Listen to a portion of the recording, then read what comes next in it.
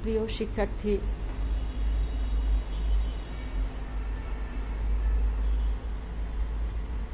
শিক্ষার্থী, কেমন আছো সবাই? ভালো আছো? আজকে আমরা উৎপাদন ব্যবস্থাপনা ও বিপণন এই সাবজেক্টের সেকেন্ড অধ্যায় শুরু করব। সবাই রেডি? বইটা ধরো, বইটা হাতে নাও, খাতা রাখো, পেন্সিল কলম রাখো প্লিজ।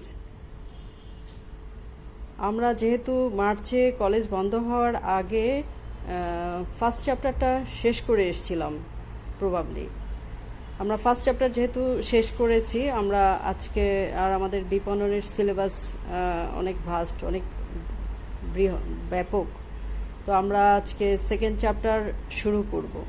তারপর তোমাদের যদি কোনো সমস্যা থাকে ফার্স্ট চ্যাপ্টার বা উদ্দীপক নিয়ে, সেটা আমাকে জানাবা, আমি আনসার করব তোমাদের।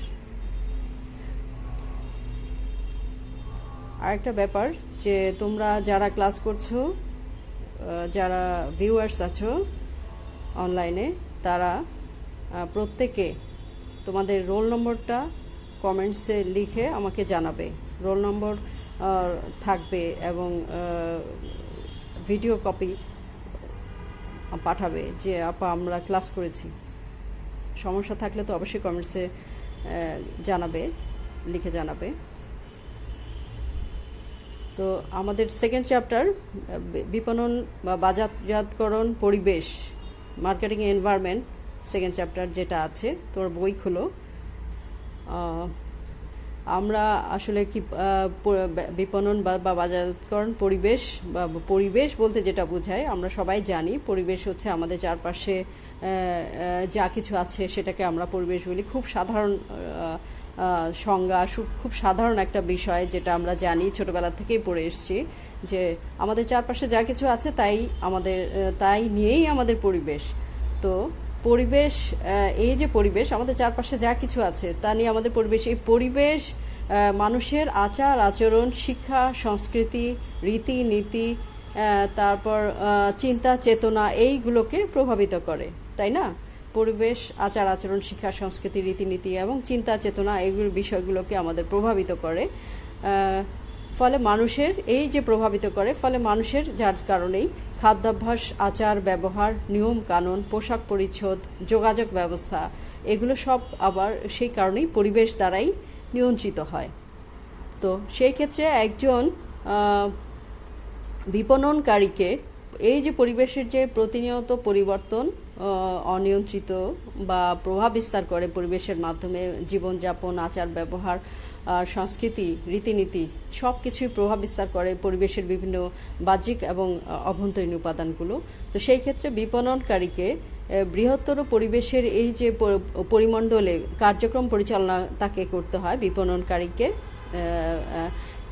পরিবেশের এই যে বাহ্যিক কতগুলো উপাদান আছে, যেগুলো বিপণনকারী নিয়ন্ত্রণ করতে পারে না, এগুলো নিয়ন্ত্রণের বাইরে।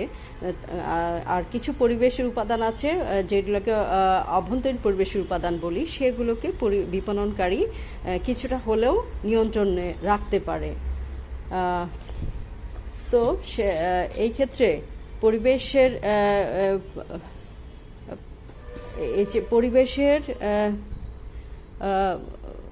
এবং সেই ক্ষেত্রে বিপণনকারীর পরের পেজে যাও। বিপণনকারীর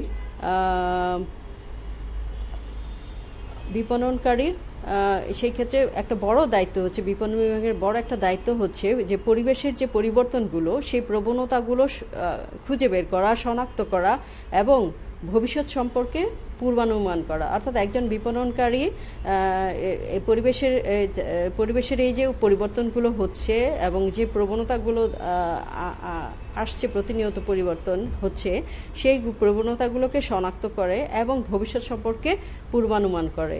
তবে এর যে এইরূপ পূর্বানুমান করে বিপণনকারী, সেটা সবসময় যে সঠিক হবে তাও না। তথাপি বিপণনকারী একটা সমন্বিত উপায়ে পরিবেশের বিভিন্ন সুযোগগুলো গ্রহণ করে এবং যে হুমকিগুলো আছে সেগুলো মোকাবেলার জন্য পন্থা নির্ধারণ করে। তো এই হচ্ছে ভূমিকা। আমরা পরিবেশ বিষয়টা কি সেটা নিয়েই জানলাম। এখন পরিবেশ কাকে বলে আমরা পূর্ণ সংজ্ঞার দিকে আসি। পরিবেশ যদিও তোমরা জানো যে আমাদের চারপাশে যা কিছু আছে তাই পরিবেশ। তারপর পরিবেশ বলতে আমরা বইয়ের ভাষায় বা আমরা মার্কেটিংয়ের ভাষায় পরিবেশ বলতে কোনো স্থান বা অঞ্চলের পারিপার্শ্বিক অবস্থা, উপাদান বা শক্তিকে বোঝায় যার মধ্যে মানুষ জীবন ধারণ করে এবং কোনো সংগঠন স্বীয় উদ্দেশ্য অর্জনে ব্যাপৃত থাকে। তাহলে পরিবেশ কি সেটা আমরা বলছি। পরিবেশ বলতে কোনো স্থান বা অঞ্চলের পারিপার্শ্বিক অবস্থা, উপাদান বা শক্তিকে বোঝায়। পরিবেশ হচ্ছে কোনো স্থান বা অঞ্চলকে বোঝাবো, সেই ক্ষেত্রে তার চারপাশের পারিপার্শ্বিক অবস্থা, বিভিন্ন উপাদান বা শক্তি, যাই বলো না কেন, উপাদান বা শক্তিকে বোঝায় যার মধ্যে মানুষ জীবন ধারণ করে। এবং যদি প্রতিষ্ঠানের কথা বলি তাহলে কোনো প্রতিষ্ঠান স্বীয় উদ্দেশ্য অর্জনে ব্যাপৃত থাকে। ঠিক আছে? তাহলে পরিবেশ বলতে কোনো স্থান বা অঞ্চলের পারিপার্শ্বিক অবস্থা, উপাদান বা শক্তিকে বোঝায় যার মধ্যে মানুষ জীবন ধারণ করে এবং কোনো প্রতিষ্ঠান স্বীয় উদ্দেশ্য অর্জনে ব্যাপৃত থাকে। ক্লিয়ার? আচ্ছা, এই যে পরিবেশ আছে, আমরা পরিবেশকে বলছি এই যে পারিপার্শ্বিক অবস্থা যা উপাদান বলতে বোঝাচ্ছে, পরিবেশের যে পারিপার্শ্বিক অবস্থা বা উপাদানগুলোর মধ্যে কতগুলো প্রাকৃতিক উপাদান আছে আমরা জানি, যেগুলো আমাদের পরিবেশের উপর প্রভাব বিস্তার করে। প্রাকৃতিক উপাদানগুলো যেমন আছে ভূপ্রকৃতি, জলবায়ু, নদ নদী, পাহাড় পর্বত, বন জঙ্গল ইত্যাদি। এগুলো হচ্ছে পরিবেশের প্রাকৃতিক উপাদান। কতগুলো প্রাকৃতিক উপাদান অবশ্যই আমাদের পরিবেশকে বাস করার পরিবেশকে প্রভাব বিস্তার করে। সেই প্রাকৃতিক উপাদানগুলোর মধ্যে আছে, তোমরা নিশ্চয়ই জানো, ভূপ্রকৃতি অর্থাৎ ভূমি কেমন হবে, ভূপ্রকৃতি অর্থাৎ আবহাওয়া, ভূপ্রকৃতি কেমন হবে সেটা ভূপ্রকৃতি। জলবায়ু, বুঝতে পারছো, নদ নদী, পাহাড় পর্বত, বন জঙ্গল, খনিজ, তারপর আছে বিভিন্ন জলজ সম্পদ, তারপর এই সমস্ত কিছুই, হ্যাঁ, এই ইত্যাদি এগুলো সবগুলোই হচ্ছে প্রাকৃতিক পরিবেশের উপাদান, যেগুলো আমাদের জীবন ধারণের উপর প্রভাব বিস্তার করে। আবার অন্যদিকে কতগুলো উপাদান আছে যেগুলোকে অপ্রাকৃতিক উপাদান বলছি, যেমন এগুলো আছে শিক্ষা, সংস্কৃতি, বিজ্ঞান ও প্রযুক্তি, আইন কানুন, অর্থনীতি, ধর্মীয় বিশ্বাস, রাজনীতি ইত্যাদির মতো কিছু অপ্রাকৃতিক উপাদান। তাহলে কিছু প্রাকৃতিক উপাদান আছে পরিবেশের ক্ষেত্রে, দুই ধরনের উপাদান আছে। একটা হচ্ছে প্রাকৃতিক উপাদান, যেগুলোর মধ্যে আছে ভূপ্রকৃতি, জলবায়ু, নদ নদী, পাহাড় পর্বত, বন জঙ্গল ইত্যাদি। আর কিছু অপ্রাকৃতিক উপাদান আছে, যেমন শিক্ষা, সংস্কৃতি, কোনো দেশের বা কোনো অঞ্চলের, কোনো এলাকার শিক্ষা, সংস্কৃতি, বিজ্ঞান প্রযুক্তি, আইন কানুন, অর্থনীতি, ধর্মীয় বিশ্বাস, রাজনীতি ইত্যাদি। এই হচ্ছে পরিবেশের উপাদান বা যে পারিপার্শ্বিক অবস্থার মধ্যে আমরা বাস করি বা একটি প্রতিষ্ঠান স্বীয় উদ্দেশ্য অর্জনে ব্যাপৃত থাকে। আচ্ছা, এই প্রসঙ্গে আমরা জানি আমাদের ফিলিপ কটলার ও গ্যারি আমস্ট্রং, মার্কেটিং বিশারদ, তাদের উক্তি হচ্ছে পরিবেশ হলো শক্তি এবং সত্তার সম্মিলিত রূপ যা বাহ্যিক এবং কোনো নির্দিষ্ট প্রতিনিধির সঙ্গে সম্ভাব্যভাবে সম্পর্কযুক্ত। এটা তাদের উক্তি, ফিলিপ কটলার ও গ্যারি আমস্ট্রং, খুবই মার্কেটিং বিশারদ। আচ্ছা, এটা হচ্ছে তাদের উক্তি। আর সংজ্ঞার মধ্যে আমরা সাধারণত একটা জ্ঞানমূলককে কারো উক্তি দিলেও সেটা কারেক্ট হবে, সঠিক হবে। আচ্ছা, তো আমরা পরিশেষে আমরা পরিবেশ বলতে কি বুঝি, আমরা কমপ্লিট সংজ্ঞাটা আরেকবার বলি। পরিশেষে মানুষ যে পারিপার্শ্বিক অবস্থার মধ্যে জীবন ধারণ করে এবং দৃশ্যমান ও অদৃশ্যমান যে সকল অর্থনৈতিক, সামাজিক, রাজনৈতিক উপাদান তার জীবন ও জীবিকার উপর প্রভাব বিস্তার করে, সম্মিলিতভাবে তাকে পরিবেশ বলে। ঠিক আছে? তাহলে পরিবেশ বলতে কি বোঝায়? আমরা সাধারণ সংজ্ঞাটা আবার বলি। সাধারণ সংজ্ঞাটা ছিল, সাধারণভাবে বলতে গেলে পরিবেশ বলতে কোনো স্থান বা অঞ্চলের পারিপার্শ্বিক অবস্থা বা উপাদান বা শক্তিকে বোঝায় যার মধ্যে মানুষ বসবাস করে, জীবন ধারণ করে এবং কোনো প্রতিষ্ঠান বা সংগঠন স্বীয় উদ্দেশ্য অর্জনে ব্যাপৃত থাকে। এটা হচ্ছে সাধারণ সংজ্ঞা। আর কমপ্লিট করে পরিশেষে আরও একটা সংজ্ঞা, ক্লিয়ার সংজ্ঞা যদি বলি, সেক্ষেত্রে বলবা যে মানুষ যে পারিপার্শ্বিক অবস্থার মধ্যে জীবন ধারণ করে এবং দৃশ্যমান মানে যেটা দেখা যায় এবং যেটা অদেখা, দেখা এবং অদেখা, দৃশ্যমান ও অদৃশ্যমান যে সকল অর্থনৈতিক, সামাজিক ও রাজনৈতিক উপাদান তার জীবন এবং জীবিকার উপর প্রভাব বিস্তার করে সম্মিলিতভাবে তাকে পরিবেশ বা এনভায়রনমেন্ট বলে।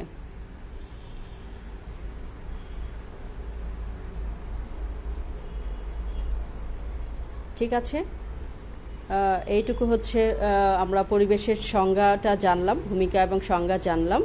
এরপরে আমরা যাব হচ্ছে বিপণন। এতক্ষণ আমরা পড়েছি পরিবেশ সম্পর্কে জানলাম, এখন জানবো হচ্ছে 2.3-এ যাও। 2.3 বিপণন পরিবেশের ধারণা। বিপণন পরিবেশের ধারণা অর্থাৎ সাধারণ পরিবেশ ছিল, এখন আমরা পড়ব হচ্ছে বিপণন বা বাজারজাতকরণ পরিবেশ বলতে কি বোঝায়। আচ্ছা, আমরা তার আগে জানবো হচ্ছে বাজারজাতকরণ কাকে বলে। তোমাদের কি মনে আছে আমরা বাজারজাতকরণ বা বিপণন কাকে বলে? সংজ্ঞা আমরা ক্লাসে অনেকবার করেছি, তোমাদের কাছ থেকে নিয়েছি আনসারগুলো, আমি চেষ্টা করেছিলাম। তো যাই হোক, বিপণন পরিবেশের ধারণা, সেটা আগে আমরা একটু সংজ্ঞাটা একটু আলোচনা বলে নিই যে বিপণন কাকে বলে। বিপণন হলো এমন একটি প্রক্রিয়া, বিপণনকে একটি প্রক্রিয়া বলা হচ্ছে। বিপণন হচ্ছে এমন একটি প্রক্রিয়া যার মাধ্যমে কোম্পানিগুলো ক্রেতাদের জন্য ভ্যালু সৃষ্টি এবং বিনিময়ে তাদের নিকট হতে ভ্যালু অর্জনের জন্য দৃঢ় ক্রেতা সম্পর্ক গড়ে তোলে। তাহলে বিপণনের সংজ্ঞাটা মনে আছে? তো বিপণন হলো এমন একটি প্রক্রিয়া যার মাধ্যমে কোম্পানিগুলো ক্রেতাদের জন্য ভ্যালু সৃষ্টি করে এবং ভ্যালু হচ্ছে দীর্ঘদিনে গড়ে ওঠা ক্রেতাদের মনোভাব। আমরা জানি কোম্পানিগুলো ক্রেতাদের জন্য ভ্যালু সৃষ্টি করে এবং বিনিময়ে তাদের নিকট হতে ভ্যালু অর্জনের জন্য দৃঢ় ক্রেতা সম্পর্ক গড়ে তোলে। তাহলে সেই ক্ষেত্রে এটা হচ্ছে বিপণন। এরপরে আসো হচ্ছে বিপণন পরিবেশের ধারণা নিয়ে আমরা বলছিলাম। তো বিপণন পরিবেশের ধারণা, এটা বলতে গেলে বলা হচ্ছে যে ব্যবসায়িক কাজ হিসেবে বিপণন হচ্ছে নানা বিষয় দ্বারা প্রভাবিত হয়। আমরা জানি বিপণন হচ্ছে একটি ব্যবসায়িক কাজ। ব্যবসা আমাদের আমরা পড়ছি ব্যবসা শিক্ষা শাখায়, আমাদের পড়াই থাকবে, যাবতীয় পড়াশোনাই হবে ব্যবসা নিয়ে। সো আমাদের যেমন ব্যবস্থাপক কাজ করেন, ঠিক বিপণনেও বিপণনকারী কাজ করেন। বিপণন অর্থাৎ মার্কেটিংয়ের কাজ বিপণনকারীকে করতে হয় এবং সেক্ষেত্রে অবশ্যই ব্যবসায়ীর সাথে যুক্ত। তো ব্যবসায়িক কাজ হিসেবে বিপণন নানা বিষয় দ্বারা প্রভাবিত হয়। যেহেতু এটি একটি ব্যবসায়িক কাজ বিপণনও, সেই ক্ষেত্রে বিপণনের ব্যবসায়িক কাজ হিসেবে বিপণন অনেক নানা ধরনের বিষয় দ্বারা প্রভাবিত হয়। যেমন আমরা বলি যে সমতল অঞ্চলে যে ধরনের পরিবহন ব্যবস্থা গড়ে তোলা হয়, পাহাড়ি অঞ্চলে কিংবা নদ নদী বেষ্টিত অঞ্চলে সেটা সম্ভব না। তোমরা জানো যে সমতল অঞ্চলে এক ধরনের পরিবহন ব্যবস্থা হবে, পাহাড়ি অঞ্চলে এক ধরনের পরিবহন ব্যবস্থা হবে, আবার নদী দ্বারা বেষ্টিত এলাকার ক্ষেত্রে অন্য ধরনের পরিবহন ব্যবস্থা হবে। আবার বিজ্ঞাপনের কথা যদি বলি, প্রত্যেকটাই বিপণনের কাজ। বিজ্ঞাপনের যে মাধ্যম ব্যবহার করে সেটা শিক্ষিত জনগোষ্ঠীর নিকট যে পণ্য বা সেবার প্রচার একরকম হবে, আবার অশিক্ষিত জনগোষ্ঠীর নিকট সে মাধ্যম আদৌ সেটা ব্যবহার করা যাবে না। হ্যাঁ, অর্থাৎ এটাও বিজ্ঞাপন মাধ্যম যখন, আবার বিপণনের ক্ষেত্রে বিজ্ঞাপন মাধ্যম যখন ব্যবহার করব, সেই ক্ষেত্রে শিক্ষিত জনগোষ্ঠীর জন্য এক ধরনের বিজ্ঞাপন প্রচার করতে হবে, অশিক্ষিত জনগোষ্ঠীর জন্য সেটা আরেক ধরনের প্রচার মাধ্যম ব্যবহার করতে হবে, কারণ শিক্ষিত আর অশিক্ষিত জনগোষ্ঠীর বোধগম্যতার বিষয়ে দুটোই আলাদা। আচ্ছা, এরপরে আসছে হচ্ছে আমরা আর বলি যে আবার আরও অনুরূপভাবে কোন একটি বিশেষ ধর্মের অনুসারীদের নিকট নির্দিষ্ট কোনো পণ্যের কদর থাকলেও আবার অন্য ধর্মের অনুসারীরা তা মোটেও ক্রয় করে না। ধরো এই যে আমরা আমাদের আমাদের আমরা মুসলিম, আমাদের ধর্মর অনুসারীরা যে ধরনের টুপি, পাঞ্জাবি, পায়জামা পরবে, সেটা অবশ্যই আমেরিকান বা ইংরেজদের সেটা পোশাক বা সেটা তাদের সেই ধরনের পোশাকের কোনো কদরই থাকবে না, বুঝতে পারছো?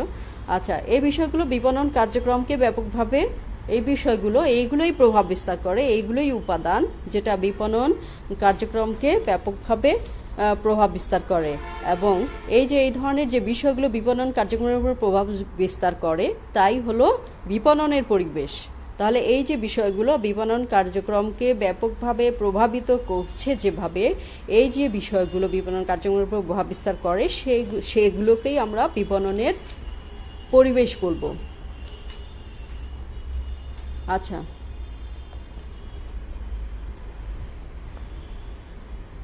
তাহলে আমরা বিপণন পরিবেশের যে সংজ্ঞা, সেক্ষেত্রে সেইখানে আমরা কি বলতে পারি? বিপণন, আমরা এর আগে পরিবেশের সংজ্ঞা পড়েছি, বিপণন পরিবেশের সংজ্ঞাও ঠিক কাছাকাছি, একই, আলাদা কিছু না। যে বিপণন পরিবেশের সংজ্ঞার ক্ষেত্রে আমরা এই ক্ষেত্রে এখন বলবো যে বিপণন পরিবেশ হচ্ছে কতগুলো নিয়ন্ত্রণযোগ্য এবং অনিয়ন্ত্রণযোগ্য উপাদান, পক্ষ বা শক্তি, যা কোনো প্রতিষ্ঠানের বিপণন কার্যাবলীর উপর প্রত্যক্ষ বা পরোক্ষভাবে প্রভাব বিস্তার করে। তাহলে বিপণন পরিবেশ হচ্ছে কতিপয় নিয়ন্ত্রণযোগ্য ও অনিয়ন্ত্রণযোগ্য উপাদান, যা কোনো প্রতিষ্ঠানের বিপণন কার্যাবলীর উপর প্রত্যক্ষভাবে অথবা পরোক্ষভাবে প্রভাব বিস্তার করে। যে উপাদানগুলো বিপণন কার্যক্রমের উপর প্রত্যক্ষ বা পরোক্ষভাবে প্রভাব বিস্তার করে, তাই হলো বিপণনের পরিবেশ বা মার্কেটিং, বাজারজাতকরণ পরিবেশ বা বিপণন পরিবেশ।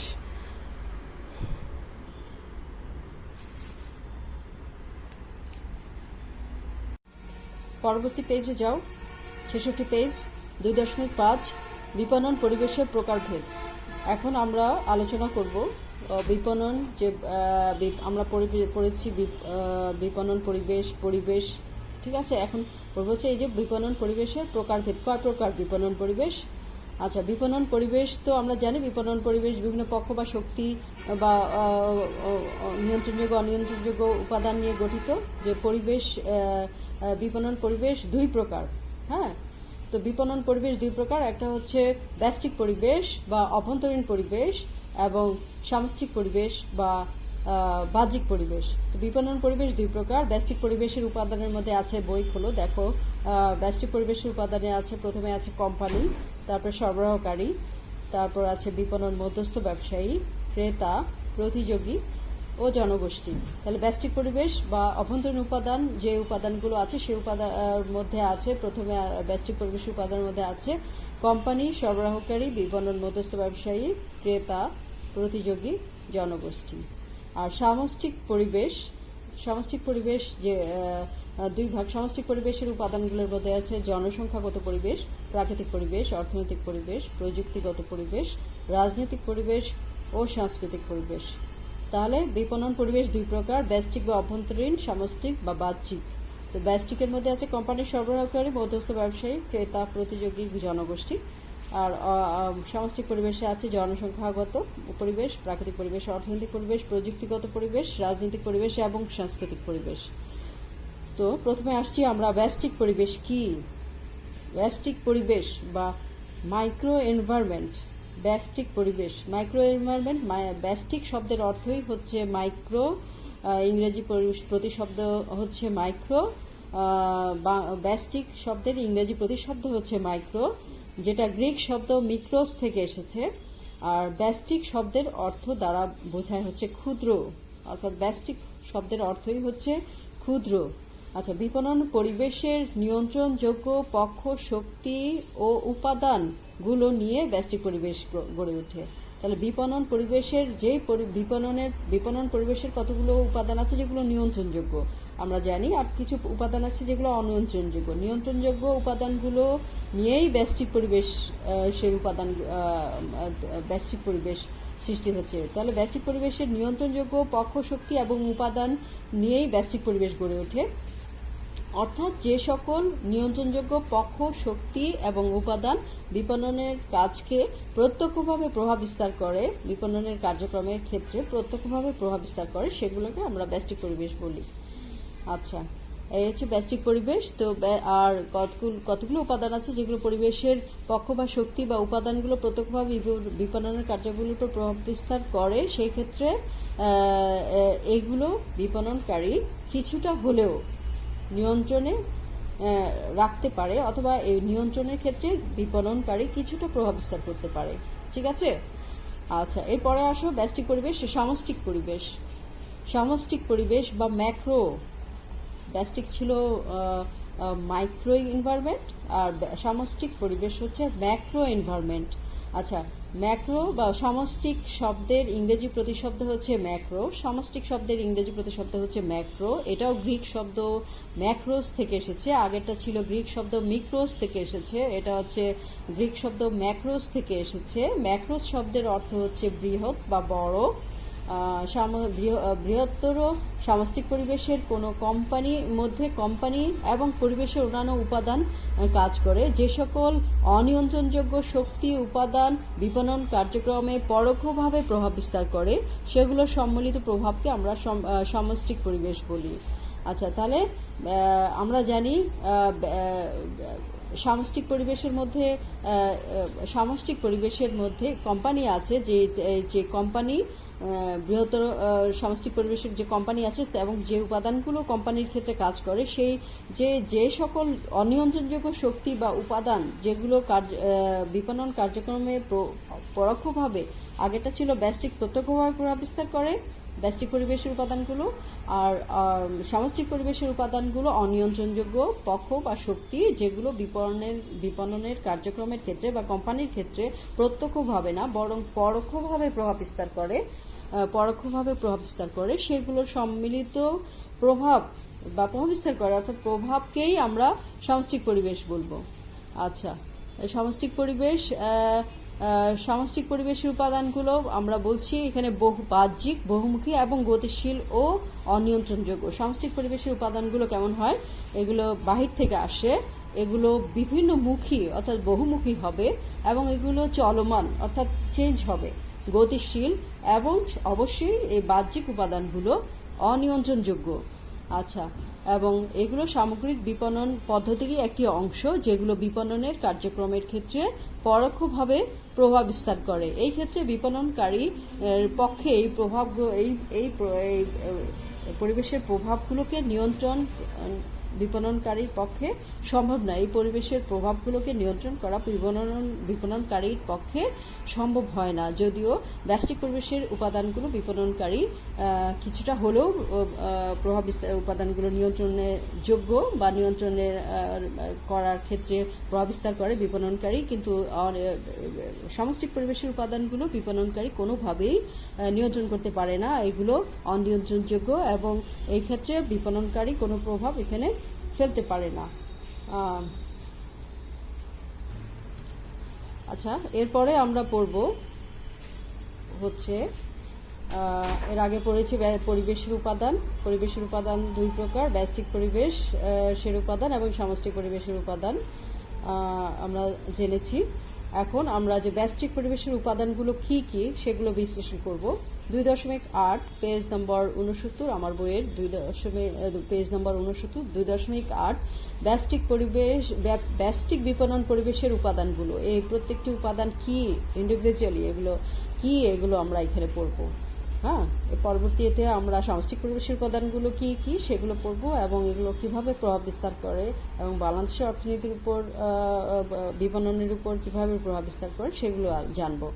তো 2.8 যাও। 2.8 ব্যষ্টিক বিপণন পরিবেশের উপাদানগুলো কি সেগুলো জানবো। এখন আমরা এখানে দেখো, ব্যষ্টিক পরিবেশের বলতে আমরা আবার বলি, ব্যষ্টিক পরিবেশের উপাদানগুলো হচ্ছে এমন পক্ষ বা শক্তি বা উপাদান যেগুলো কোম্পানির পক্ষে প্রত্যক্ষভাবে প্রভাব বিস্তার করে, সেই উপাদানগুলোকে আমরা বলবো ব্যষ্টিক পরিবেশের উপাদান, এবং এগুলো কোম্পানির সাথে খুব ঘনিষ্ঠভাবে জড়িত। সেই ক্ষেত্রে প্রথমে আমরা জানি ব্যষ্টিক পরিবেশের উপাদানের মধ্যে উপাদানের মধ্যে কোম্পানি নিজেই একটি উপাদান।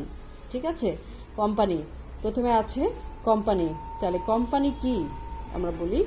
কোম্পানি হচ্ছে, সার্কেলটা দেখো, চিত্র, ব্যষ্টিক পরিবেশের উপাদানগুলো চিত্রে দেখা আছে, বিপণন, এরপরে দেখো প্রত্যেকটা উপাদানগুলো ঘর করে দেয়া আছে, কোম্পানি, সরবরাহকারী, মধ্যস্থ ব্যবসায়ী, ক্রেতা, প্রতিযোগী এবং জনগোষ্ঠী। আচ্ছা, কোম্পানি। তো কোম্পানি কি? কোম্পানি হলো কতিপয় ব্যক্তির সমন্বয়ে গঠিত আইনসম্মত একটি ব্যবসা প্রতিষ্ঠান। তাই তো আমরা জানি যে কোম্পানি বলতে কি বোঝায়? কতিপয় ব্যক্তির সমন্বয়ে গঠিত, এটা অবশ্যই আইনসম্মত একটি ব্যবসা প্রতিষ্ঠান। আচ্ছা, একটি কোম্পানিতে আবার আমরা জানি একটি কোম্পানির মধ্যে কি থাকে? বিভিন্ন বিভাগ থাকে, ক্রয় বিভাগ থাকে, বিক্রয় বিভাগ থাকে, উৎপাদন বিভাগ, অর্থ বিভাগ, গবেষণা উন্নয়ন বিভাগ, হিসাব বিভাগ এবং মার্কেটিং বিভাগ বা বিপণন বিভাগ। তাহলে কোম্পানি হচ্ছে কতিপয় ব্যক্তির সমন্বয়ে গঠিত আইনসম্মত এমন একটি ব্যবসা প্রতিষ্ঠান যা স্বাধীনভাবে ব্যবসা কার্য পরিচালনা করে। তো কোম্পানির মধ্যে কতগুলো বিভাগ থাকে? কোম্পানির অভ্যন্তরে অনেকগুলো বিভাগ থাকে, ক্রয় বিভাগ, বিক্রয় বিভাগ, উৎপাদন বিভাগ, অর্থ বিভাগ, গবেষণা উন্নয়ন বিভাগ, হিসাব বিভাগ এবং বিপণন বিভাগ। আচ্ছা, তো এই ক্ষেত্রে দেখো, একে আমরা কোম্পানি বলছি, কোম্পানির মধ্যে বিভাগ থাকে। তো এই যে বিভাগগুলো আছে, এই যে সকল বিভাগের মধ্যে সমন্বয়ের মাধ্যমে বিপণন কাজগুলো সম্পাদিত হয়, অর্থাৎ পরস্পর নির্ভরশীল। এই যে ক্রয় বিভাগের সাথে বিক্রয় বিভাগ, উৎপাদন বিভাগের সাথে ক্রয় বিভাগ, উৎপাদন বিভাগের সাথে ক্রয় বিভাগ, ক্রয় বিভাগের সাথে বিক্রয় বিভাগ, তার সাথে অর্থ বিভাগ এবং পণ্যের উন্নয়নের জন্য গবেষণা উন্নয়ন, এগুলো, তারপর হিসাব রক্ষণ এবং সর্বশেষ আছে মার্কেটিং বিভাগ বা বিপণন বিভাগ। যে এই যে বিভাগগুলো আছে পরস্পর নির্ভরশীল, এই সকল বিভাগের কার্যের দক্ষতার উপর কোম্পানির দক্ষতা এবং সুনাম নির্ভর করে।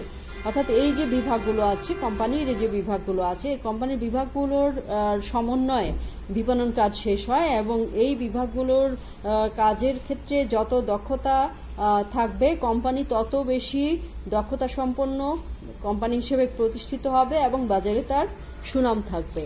তাহলে পরস্পর নির্ভরশীল এই সকল কাজের কার্যদক্ষতার উপর কোম্পানির দক্ষতা এবং সুনাম নির্ভর করে। আচ্ছা, এই হচ্ছে কোম্পানি, আমরা এইটুকু জানলাম কোম্পানি। তার পরের পেজে যাও, এরপরে আছে এরপরে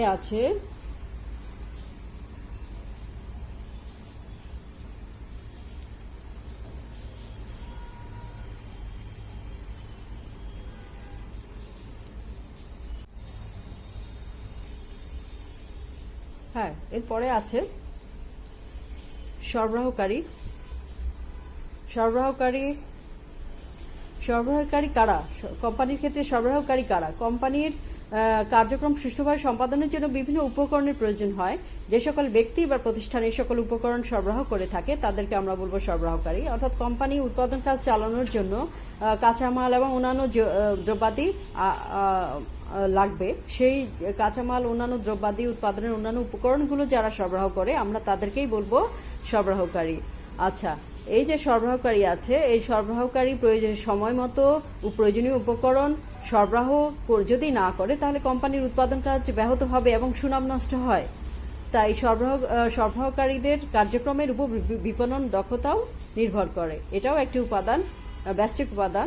যারা সরবরাহকারী আছে কোম্পানির ক্ষেত্রে, উৎপাদনের ক্ষেত্রে উপকরণগুলো সরবরাহ করে, তারা যদি ঠিক সময় মতো ভাবে প্রয়োজনীয় উপকরণগুলো সরবরাহ না করে তাহলে কি হবে? কোম্পানির উৎপাদন কাজ ব্যাহত হবে এবং সুনাম ক্ষুণ্ণ হবে। এবং সেই কারণে বিপণন দক্ষতা সরবরাহকারীর উপরেও অনেকাংশে নির্ভরশীল। আচ্ছা, তারপরে আছে দেখো মধ্যস্থ ব্যবসায়ী। মধ্যস্থ ব্যবসায়ী কারা? মধ্যস্থ ব্যবসায়ী হচ্ছে যে সকল ব্যক্তি বা প্রতিষ্ঠান কোম্পানির পণ্য চূড়ান্ত ভোক্তা বা ব্যবহারকারীদের নিকট পৌঁছায় তাদেরকে মধ্যস্থ ব্যবসায়ী বলা হয়। যেমন পাইকারি আছে, ব্যবসায়ী আছে, খুচরা ব্যবসায়ী আছে, যারা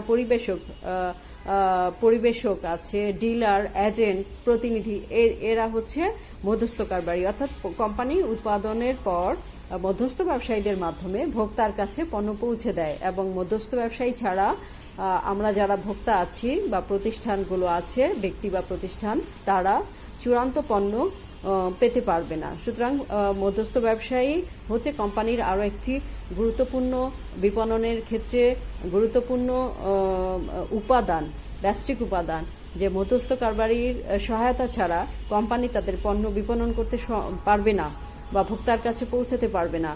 সেক্ষেত্রে মধ্যস্থ কারবারির বিপণন দক্ষতার নির্ণয়ের ক্ষেত্রে প্রভাব বিস্তার করে। এই ক্ষেত্রে বিপণন মধ্যস্থ কারবারিদের উপর ঠিকভাবে মধ্যস্থ কারবারিদের ক্ষেত্রে তাদের কাজের যে দক্ষতা, মধ্যস্থ কারবারিদের কাজের দক্ষতা, তাদের খরচ, পণ্য বহনের খরচ, তাদের প্রদত্ত সেবার মান, এই বিষয়গুলো বিবেচনা করে কোম্পানি কার্যকর পরিবেশ গঠন করে, বিপণন পরিবেশ, যেটা মধ্যস্থ কারবারিদের দিয়ে কাজ করানোর ক্ষেত্রে তাদের দক্ষতা, তাদের সেবার মান, তাদের যে খরচ, এগুলো বিবেচনায় এনে প্রতিষ্ঠান উৎপাদিত পণ্য ভোক্তার কাছে পৌঁছে দেয়। অর্থাৎ মধ্যস্থ কারবারিও বিপণনের ব্যষ্টিক পরিবেশের একটি গুরুত্বপূর্ণ উপাদান। তারপরে আসো হচ্ছে ক্রেতা, কাস্টমার। ক্রেতা কাকে বলে? ক্রেতা হচ্ছে, আমরা কি ক্রেতা না ভোক্তা? আমরা ক্রেতা নই, আমরা অবশ্যই ভোক্তা। ক্রেতা হচ্ছে কোম্পানির পণ্য ক্রয়কারী ব্যক্তি বা প্রতিষ্ঠান। ক্রেতা কাকে বলে? ক্রেতা হচ্ছে কোম্পানির পণ্য ক্রয়কারী ব্যক্তি বা প্রতিষ্ঠান। যারা পণ্য ক্রয় করে কোম্পানির, তাদেরকে আমরা বলবো ক্রয়কারী ব্যক্তিও হতে পারে এবং প্রতিষ্ঠান। আচ্ছা, বিপণনে আমরা অনেক ধরনের ক্রেতা দেখতে পাই এবং তাদের আলাদা আলাদা বৈশিষ্ট্যও থাকবে এবং তাদের ক্রয়ের ধরনও আলাদা হবে এবং তাদের ক্রয় আচরণ, সেই ক্ষেত্রে ক্রেতাদের ক্রয় আচরণ বিপণনের ক্ষেত্রে বিপণনের ব্যষ্টিক পরিবেশের উপাদানের ক্ষেত্রে প্রভাব বিস্তার করে। অর্থাৎ ক্রেতা হচ্ছে যারা পণ্য ক্রয় করে, বা সেটা প্রতিষ্ঠান হতে পারে, ব্যক্তি বা প্রতিষ্ঠান হতে পারে। এই যে ক্রেতা, তাদের ধরন, অভ্যাস, বৈশিষ্ট্য, ক্রয়ের আচরণ, এগুলো সবই আলাদা, যার ফলে ক্রেতাদের এই ক্রয় আচরণ এগুলো বিপণনের ক্ষেত্রে প্রভাব বিস্তার করে, ব্যষ্টিক পরিবেশের বিপণনের উপাদানের ক্ষেত্রে। আচ্ছা, পরবর্তীতে আসো প্রতিযোগী। কম্পিটিটরস। প্রতিযোগী কারা? প্রতিযোগী হচ্ছে ব্যবসা প্রতিপক্ষ।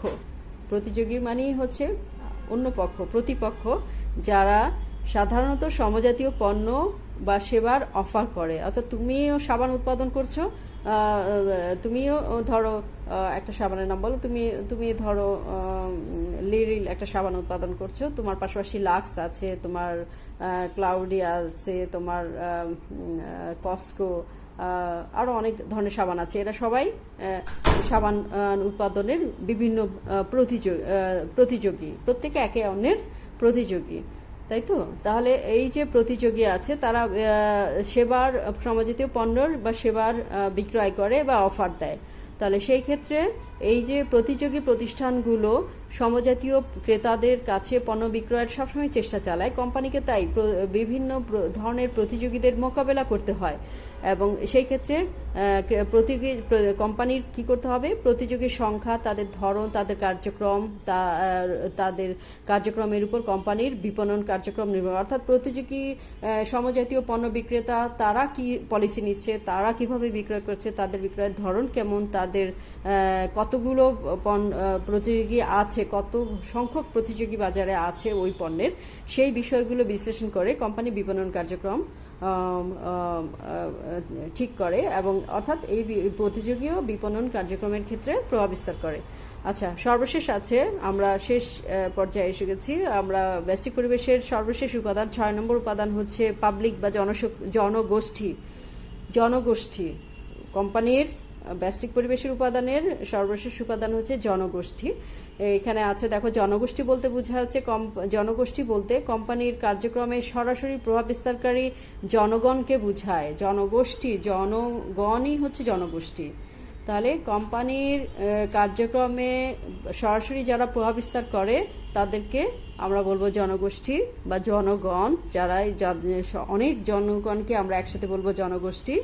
তাহলে জনগোষ্ঠীর মধ্যে বিভিন্ন ধরনের জনগোষ্ঠী আছে। দেখো, আর্থিক জনগোষ্ঠী, গণমাধ্যম জনগোষ্ঠী, সরকারি জনগোষ্ঠী, বেসরকারি জনগোষ্ঠী, নাগরিক কার্যক্রম জনগোষ্ঠী, সাধারণ জনগোষ্ঠী, অভ্যন্তরীণ জনগোষ্ঠী।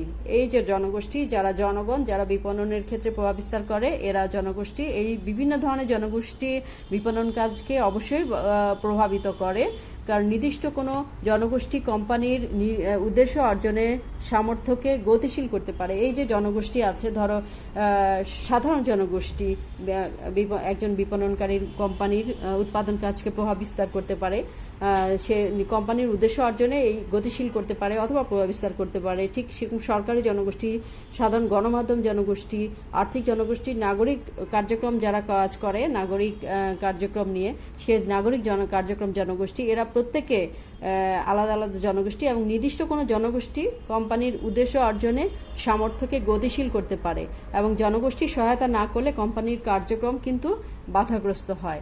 তাই জনগোষ্ঠীর সাথে কি করতে হবে, একটা কোম্পানির কিভাবে সুসম্পর্ক যাতে বজায় থাকে, সুষ্ঠু পরিবেশ যাতে উৎপাদনের বিপণনের ক্ষেত্রে বজায় থাকে, সেটা নিশ্চিত করতে হবে কোম্পানির। তাহলে আমরা এতক্ষণ যেটা পড়লাম সেগুলো হচ্ছে কি,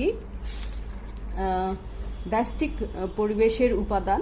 আমরা ব্যষ্টিক পরিবেশের উপাদানগুলো নিয়ে আলোচনা করলাম। ব্যষ্টিক পরিবেশের উপাদান আছে কোম্পানির সরবরাহকারী, মধ্যস্থ ব্যবসায়ী, ক্রেতা, প্রতিযোগী ও জনগোষ্ঠী। আবার একটু মেমোরাইজ করি যে কোম্পানি কি। কোম্পানি হলো কতিপয় ব্যক্তি সমন্বয়ে গঠিত আইনসম্মত ব্যবসা যা প্রতিষ্ঠান, যা হচ্ছে কোম্পানি নিজেই ব্যষ্টিক পরিবেশের একটি উপাদান, এবং কোম্পানির এই যাবতীয় বিভাগগুলোর সুষ্ঠু সমন্বয়ের মাধ্যমে কোম্পানি তার উদ্দেশ্য অর্জন করতে সক্ষম হয়। তারপরে আসছে হচ্ছে, আমরা আবার বলছি, সরবরাহকারী, যারা উৎপাদনের জন্য, যারা কোম্পানির জন্য পণ্য উৎপাদনের জন্য বিভিন্ন কাঁচামাল, অন্যান্য পণ্য সামগ্রী বা উপকরণগুলো সরবরাহ করে, তাদেরকে আমরা সরবরাহকারী বলি। এই সরবরাহকারীদের উপরও উৎপাদনকারীর কোম্পানির ব্যবসার সাফল্য অনেকাংশে সুনাম নির্ভর করছে, কারণ সঠিক সময়ে সঠিক মানে পণ্য যদি না পাওয়া যায় তাহলে উৎপাদন কাজ ব্যাহত হয় কোম্পানির। তারপরে আছে মধ্যস্থ ব্যবসায়ী। মধ্যস্থ ব্যবসায়ী ছাড়া ভোক্তার কাছে পণ্য পৌঁছানো সম্ভব নয়। মধ্যস্থ কারবারির মধ্যে পাইকারি, খুচরা, এজেন্ট, ডিলার, পরিবেশক ইত্যাদি রয়েছে। তো মধ্যস্থ ব্যবসায়ীদের তাদের যে কার্যক্ষমতা, প্রদত্ত সেবা, তাদের খরচ, মধ্য ব্যবসায়ী এই বিষয়গুলো বিবেচনা করে একজন বাজারকারী বা কোম্পানি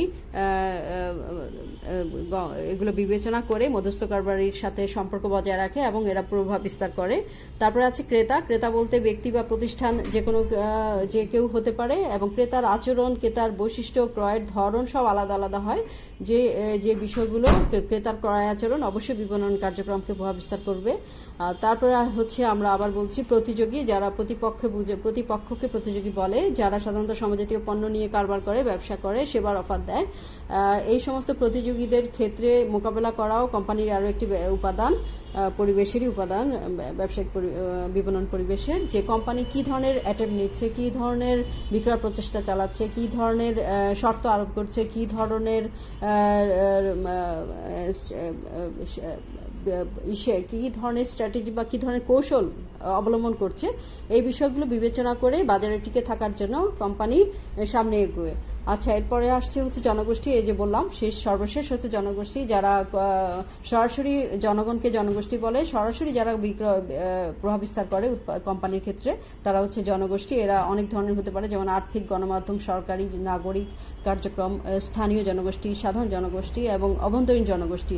এরা সবাই যে কোনো একটি জনগোষ্ঠী কোম্পানির উদ্দেশ্য অর্জনকে কিন্তু গতিশীল করতে পারে, এবং এই জনগোষ্ঠীদের সহায়তা ছাড়া কোম্পানির উৎপাদন কার্য ব্যাহত হয়। তাই জনগোষ্ঠীর সাথে সুসম্পর্ক বজায় রেখে, সুষ্ঠু কার্য পরিবেশ বজায় রেখে কোম্পানি সামনের দিকে এগোয়। অর্থাৎ এই সবগুলোই কোম্পানির ক্ষেত্রে ব্যষ্টিক উপাদান, যা কোম্পানির বিক্রয়ের ক্ষেত্রে, বিপণন করার ক্ষেত্রে, বিপণনকারীর পণ্য বিপণনের ক্ষেত্রে প্রভাব বিস্তার করে। তো আজকে এইটুকু পর্যন্ত পড়া থাক।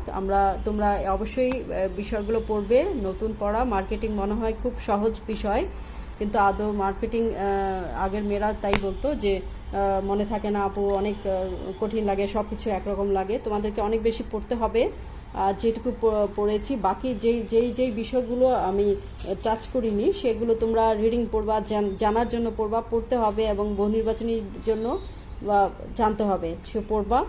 আর হচ্ছে এই বিষয়গুলো ভালো করে পড়বা, মুখস্থ করতে হবে।